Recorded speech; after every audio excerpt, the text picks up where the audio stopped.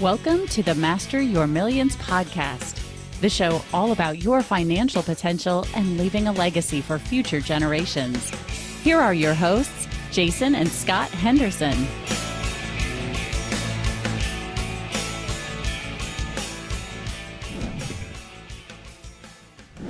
Welcome back, everyone. I am your host, Scott Henderson, and my co-host is Dr. J. We are experienced investors with a huge advantage as we have been able to learn from our family that has well over 100 years of experience in real estate and other alternative investments.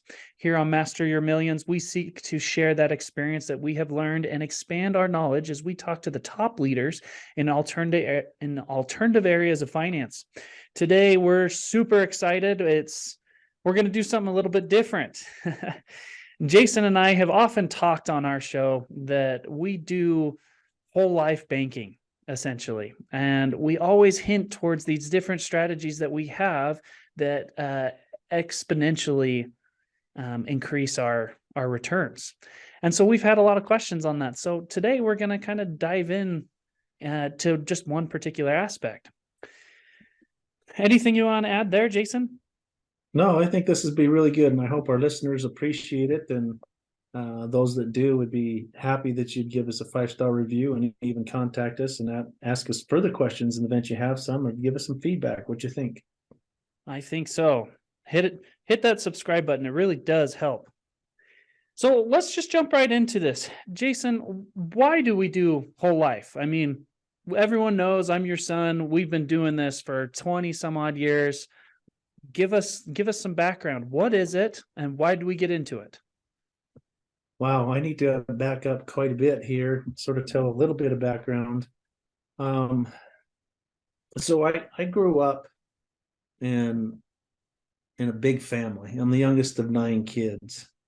And as such, I felt like in order for me to do something or to get noticed, and this was in my mind, I needed to do something bigger, better, faster, something than any of my siblings. I remember very distinctly one of them saying, "Oh, well, the best point guard is Greg, or the best quarterback was Trevor, or the best piano player is Melanie." It didn't matter what it was.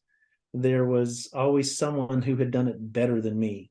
And so it kind of made me kind of competitive to say, okay, I've got to do things really, really good to get noticed. Now, that's probably in my own mind.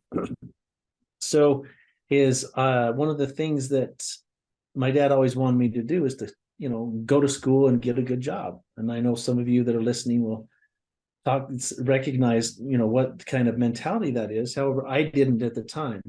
And so I was highly motivated to go further in school. I got a PhD for the fact that none of my siblings had ever gone that far in school. So I guess I had one-upped them, so to speak. Now, when I was in a postdoc, though, at Caltech, I had a professor that said, "Well, if you're so smart, why aren't you rich?" And that bothered me. I had 5 U.S. patents. I had published 3 times in Science. I had 25 other publications. I had published a ton as a student, way more than a lot of professors had published in the same time frame. Anyway, I started doing a lot of reading to understand what's the best way to create wealth.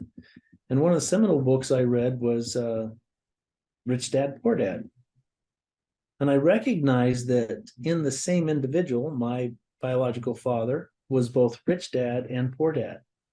He was rich dad in what he'd been doing and poor dad in his advice. Now, he wasn't intentionally attempting to hold me down or anything. However, that was what he thought was the best. He had listened to the pundits, if you will, and that's what they all were saying: go to school, get a good job, yada, yada, yada, yada. Well, when I started recognizing that and reading some other books, I finally came along to a book called Becoming Your Own Banker by R. Nelson Nash. And when I read it, it blew my mind. And as soon as I got done, I read it again. And I actually turned the book over, and on the back cover, there's a phone number. And I picked up the phone and called, and lo and behold, the author answered the phone. So I talked to him. I said, "I don't care about the expense, the distance, whatever. How do I learn more about this? What do I do?" Well, it's started kind of a long relationship to where he was a mentor of sorts and other people to help me understand what was going on. What I realized that when you control the banking function, you can be more profitable with whatever you're doing. And so I also talked to my I actually talked to a couple of my brothers, and I showed my one brother, and he says, "Oh yeah, I read that about 5 years ago." I said, "What? Why didn't you share that with me?" He goes, "Well, it's way cool. However, I don't know how to do it. There was no really way to understand how to do it." And the cool thing is we had always been talking about how do we do things the way Dad did them, not what he told us to do, but how he did them. So, for example, when I was to be born, my mom was having contractions. Right, she drives over to this. It's in a U. There were 3 sixplexes, and my dad was up on the third one, finishing up putting the roof on it. And she just hollered up, "Say, this baby's coming. Are you coming to the hospital?" So he gets down in his work clothes, gets in some cars. They go to the hospital. I was born. Shortly thereafter, my dad, which in today's vernacular would be carried paper, when he sold the place. He was the bank, right? And it was sold one other time, but essentially for more than the next following 30 years, he received a check every month. Every month. And I mean, there would be times 6, 7, 8 months would go by and he wouldn't even go buy this property. Yet he got truly mailbox money. So that whole idea was in the background. And then learning from this book, realized this is how to do it. I first found out how to do it for myself, and then I decided to do it part-time, how to teach other people, because I have the mentality that when you teach it, you know it the best. You don't really understand it until you can teach it to someone else and get them to understand it. I hope that answers your question. Of course. So we have all this going on, but what is it? It's a great background, but what exactly is it that you were doing and why? Well, when you understand how, banking, the business of banking is nothing more than buying and selling money, buying money low and selling it high. That's all the business of banking, yet it's one of the most profitable businesses in the world. Well, how do I get in the banking business? I want to be the bank. I want to have my businesses building be on the corner, the prime corner in downtown USA, and be the tallest building in the biggest cities, right? That's what I want. I want to own that. There's a couple of different ways to do that. One is to go through the long drawn out process of getting a charter from the FDIC, blah, blah, blah. It's millions upon millions of dollars to do that. Another way that's more sleek and less understood is to go with a mutual life insurance company, which means when you have a policy, you own part of the company. And then get a life insurance policy for all things, that's designed for cash accumulation, not for death benefit. So if you think of a teeter-totter, initially, when the one side is high, the other side is low in a teeter-totter. And the high side is death benefit. That means the cash value is going to be essentially nothing. The lower you can get the death benefit, the higher the cash value is going to be initially, and how it accumulates cash over time. Of course, there's only so far that you can go without the IRS getting upset and saying, "Oh, this isn't a life insurance policy." So that's what you do. You get with a really good mutual company. You'd have the policy designed for cash accumulation, and then you use that cash value as a line of credit to finance your life, whether that's a depreciating asset such as a car, or an appreciating asset such as real estate or a business or some other things. And so this is a concept that we often use all the time in all of our investments. Essentially, and correct me if I'm wrong, Jason, but it's another way that we can essentially double dip, whether it's on the arbitrage of the interest rate or just financing it as a whole. It's kind of like having your spouse have a real estate license that buys the property. You get your commission there. And then the wife or the other spouse has their loan officer license. You can double dip. This is essentially what we're doing while financing and arbitraging this money. So take us a little further. Walk us through an example of how this would look or how this works. All right. So the first thing you got to do, like any business, you got to capitalize it, right? Once it's capitalized and you have some cash value, you then use the cash value as collateral for a loan. So that means the money never leaves your account. It continues to compound uninterrupted. while you use that as collateral for cash loan from someone else.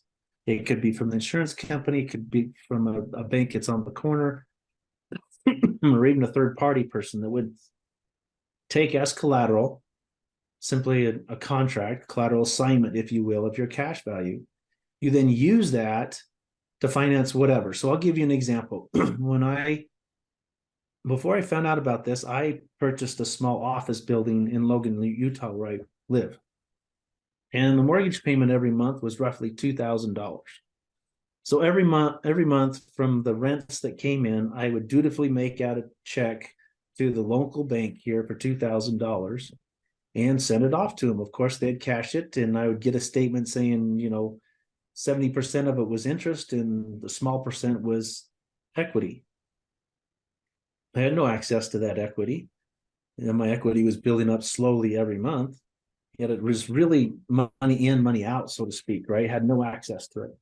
When I understood what had happened, and I built up equity enough or line of credit enough with the insurance company, I took a loan against my money. So my full amount stayed there. I got other people's money, and I refinanced the business. I took that loan amount, the other people's money, went over to this local bank, paid it off.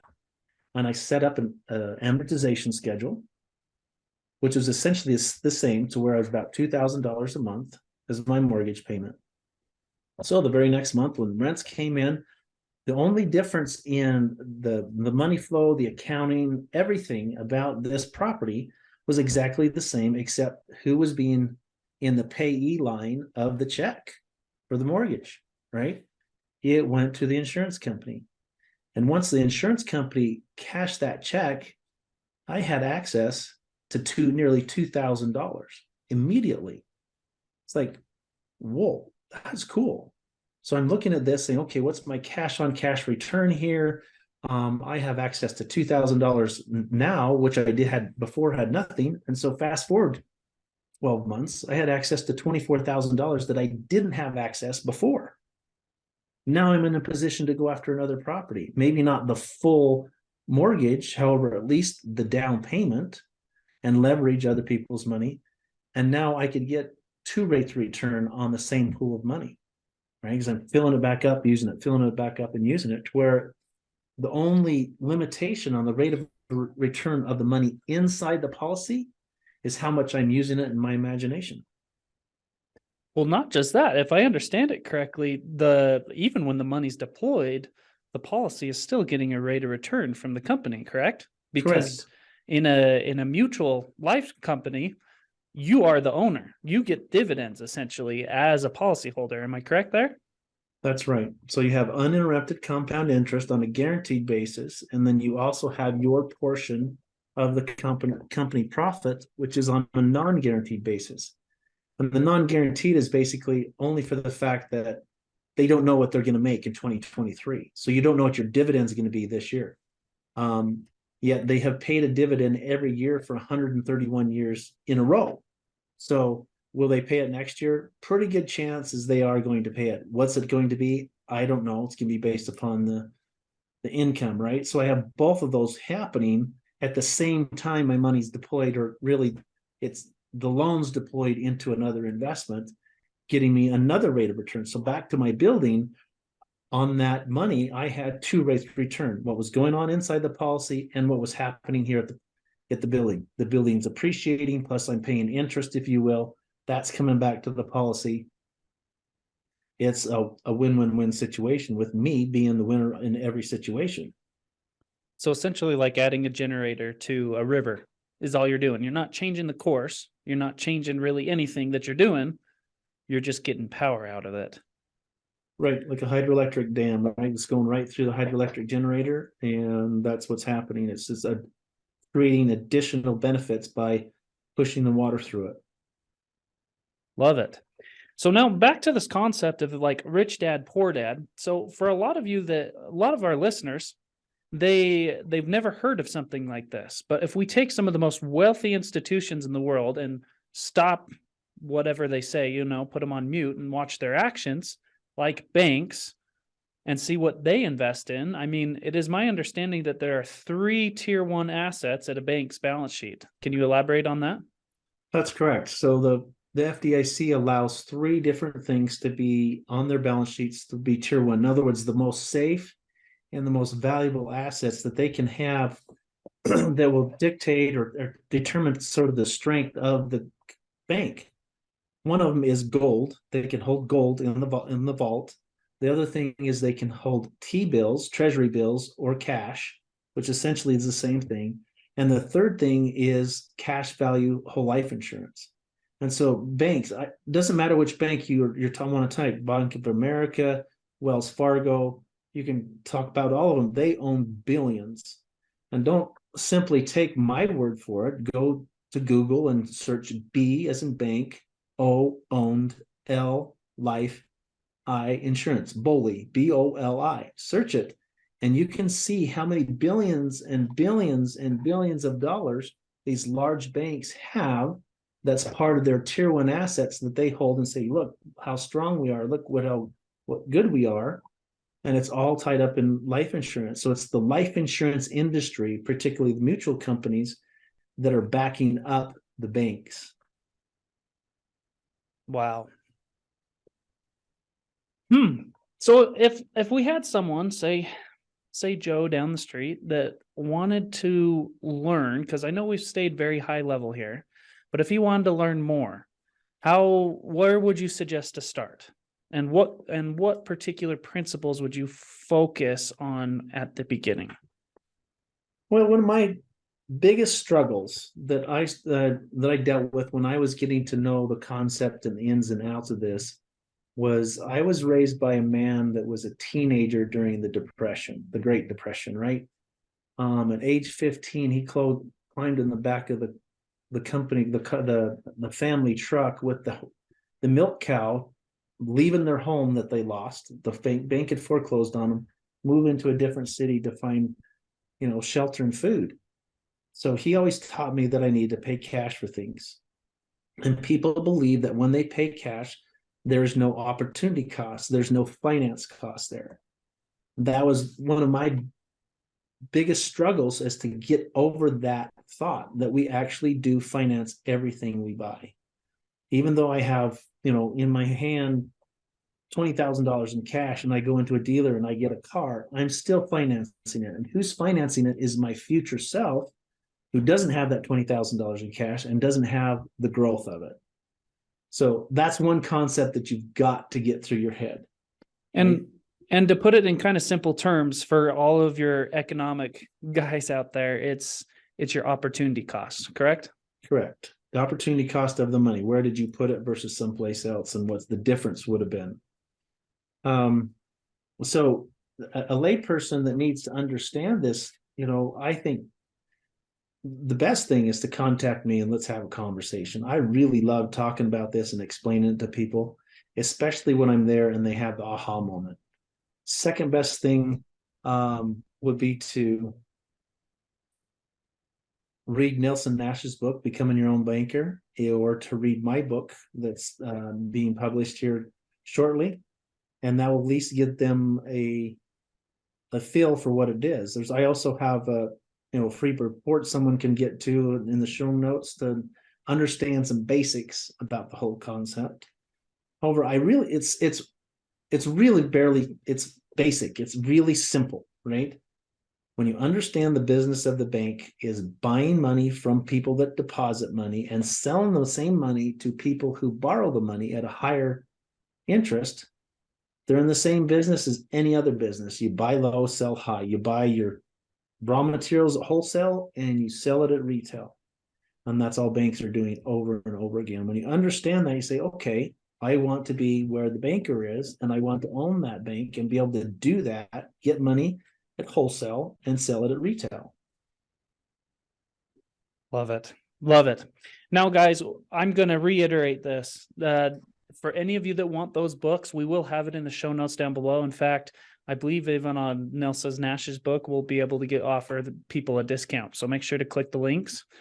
And we want all of you to know that this is going to be an ongoing conversation. We are going to have multiple episodes where we really dig in and get to the skinny on some of this.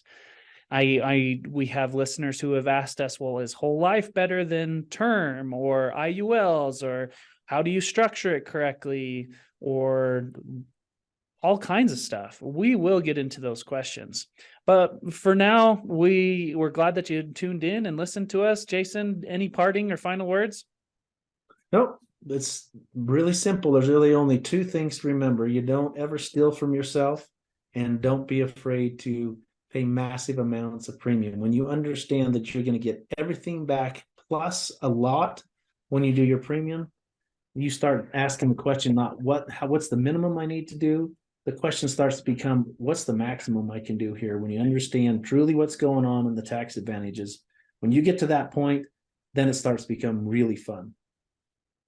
I love that. And I want you all to know that we live by that, truly. Well, guys, thanks for tuning in today. Remember, if you'd like to connect with us, hit us up on our Facebook group, Instagram, Twitter, or shoot us an email. All the links are in the show notes down below. Also, don't forget to hit that subscribe button if you like the show. Give us a 5-star review. It really helps us out. And remember, mastering your millions all starts with your mind and your team. Make sure they are the best. Thanks for listening to Master Your Millions with Jason and Scott Henderson. Check the show notes for any links or contact information about today's guest. Make sure to follow the show so you don't miss any future episodes.